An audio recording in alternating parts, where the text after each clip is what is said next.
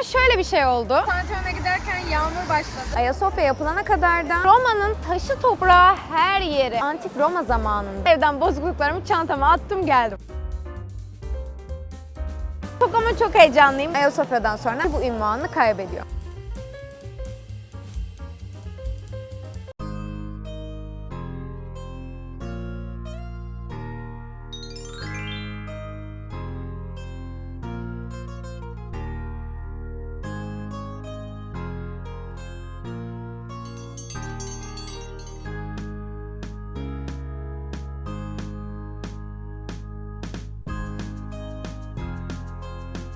Roma'dan herkese merhabalar.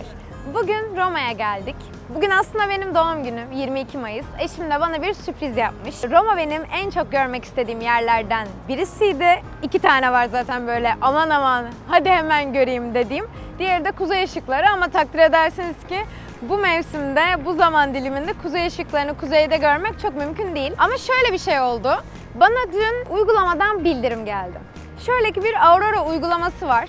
Bu uygulamayı telefonunuza indiriyorsunuz. Sizin bulunduğunuz bölgeyi zaten görüyor ve eğer sizin bölgenize kuzey ışıkları yaklaşırsa size bildirim veriyor.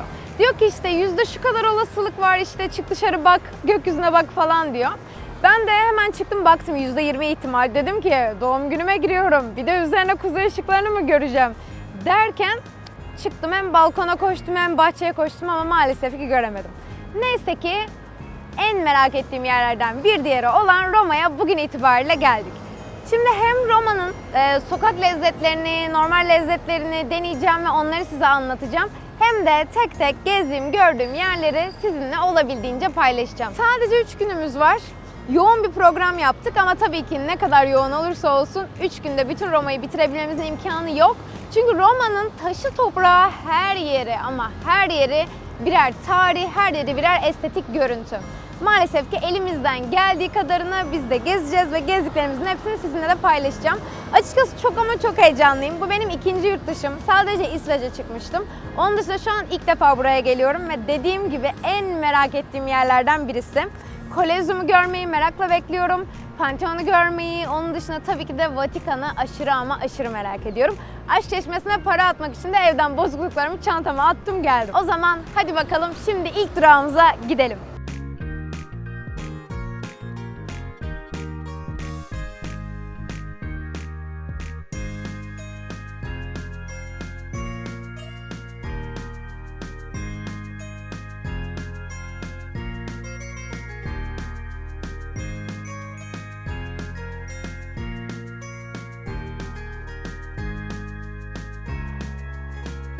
Şimdi Pantheon'a giderken yağmur başladı.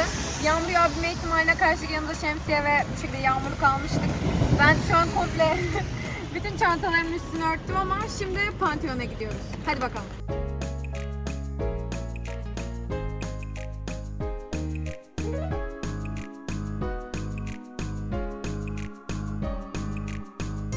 Şu an o kadar ama o kadar fazla yağıyor ki bir yerde beklemek durumunda kaldık. Birazcık yavaşlamasını bekleyeceğiz.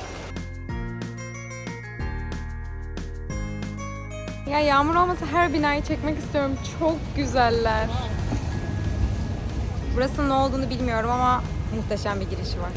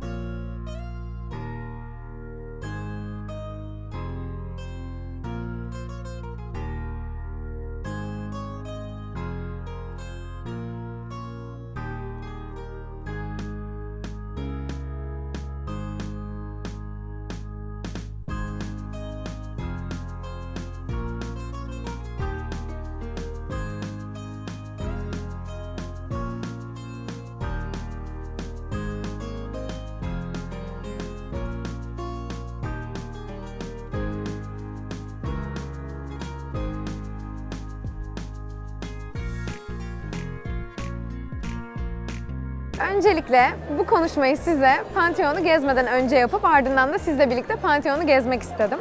Ama şöyle bir şey var ki biz buraya gelirken bayağı bir yağmur yağıyordu. Geldik, yağmur azaldı ama deli gibi bir sıra vardı. Ve içeriye girmemiz için artık az bir zamanımız kalmıştı. Biz de o yüzden dedik ki şimdi videoyu çekmek uzun sürecek, gezelim. En azından bittikten sonrasında videoyu çekeriz dedik. İçeriği gezdik, dışarıya tam videoyu çekmek için çıktık ve tekrardan yağmur başladı. Oturduk, bir şeyler içtik ve şimdi yağmur durmuşken size artık Pantheon hakkında birazcık bilgi vermek istiyorum.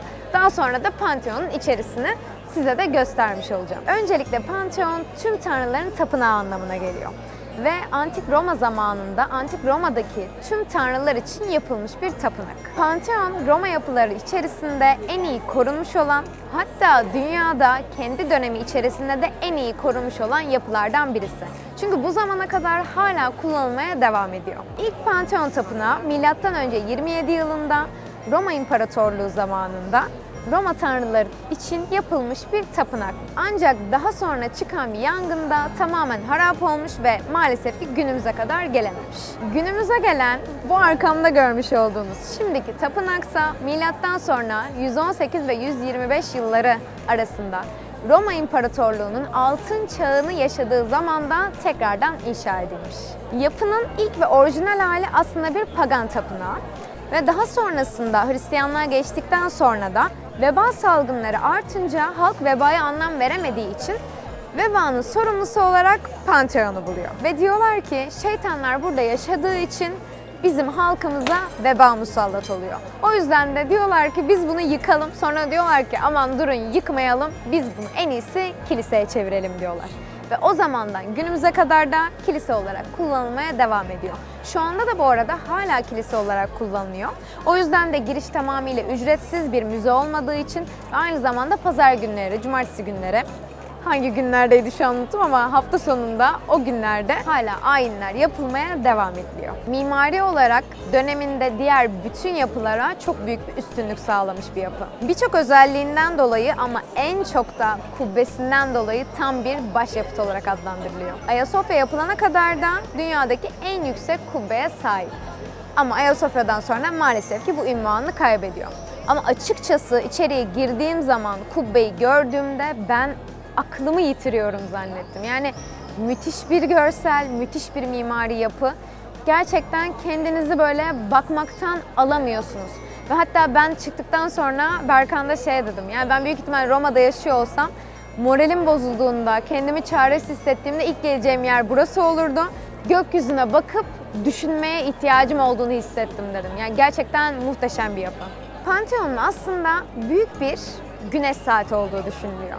Roma'nın kuruluşu olarak adlandırılan 21 Nisan gününde gök kubbeden giren güneş ışıkları ön kapıyı tamamıyla aydınlatıyor. Bu durum her yaşandığında Romalılar kendi krallarının tanrı katına ulaştığına inanırlarmış. Bu arada Pantheon'u önemli yapan şeylerden birisi de ünlü mimar ve ressam Rafael'in mezarının burada bulunması. Lahit'inde Rafael burada yatmaktadır. Hayattayken tabiat onu geride bırakacak diye korkardı. Öldükten sonra da onunla öleceğim diye korktu diye yazıyor.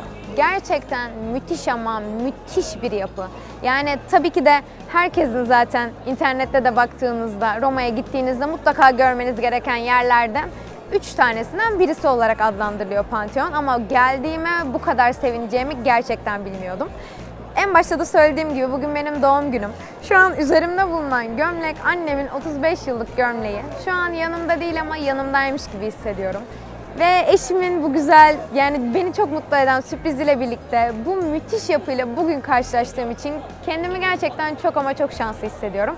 Umarım siz de en kısa sürede bu yapıyı gerçekten canlı canlı da görebilirsiniz. Ama şimdi sizler için içerisini açık ve net bir şekilde olabildiğince göstermeye çalıştım. Hadi gelin hep birlikte bakalım.